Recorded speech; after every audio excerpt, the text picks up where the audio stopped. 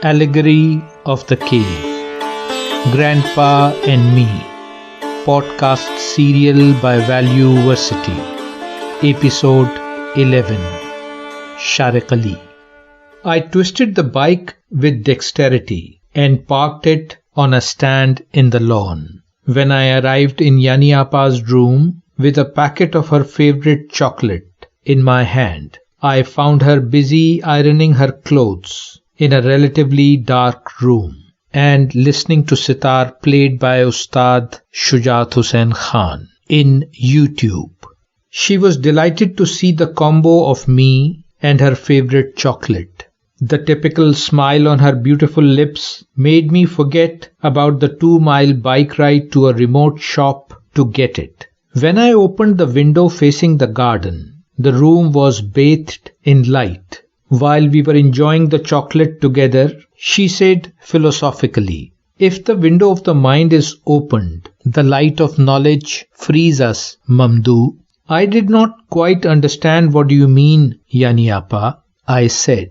"Perhaps you can better understand this metaphor as a story," she said. Plato wrote this story in his book, Republic. Imagine that you are one of the people sitting in the dark cave. Your hands and feet are tied. Your back is facing the opening of the cave, from where the light comes in, and your face is towards the rocky, dark wall of the cave. No one, including you, has the feeling of being a prisoner, because everyone is born here, and this is the only reality they know. The light coming from the edge of the cave forms shadows on the rock wall, and people shout their names. Trees, mountains, birds, etc.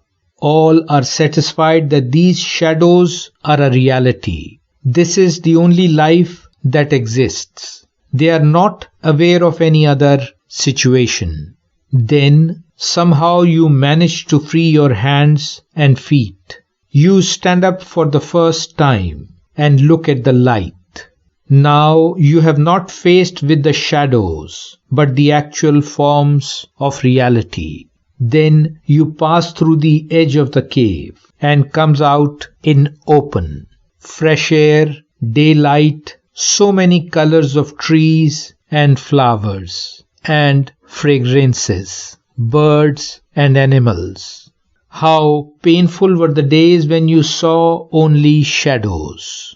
Then you look up at the sky and the sun, and you feel sad about the lie of life in the cave.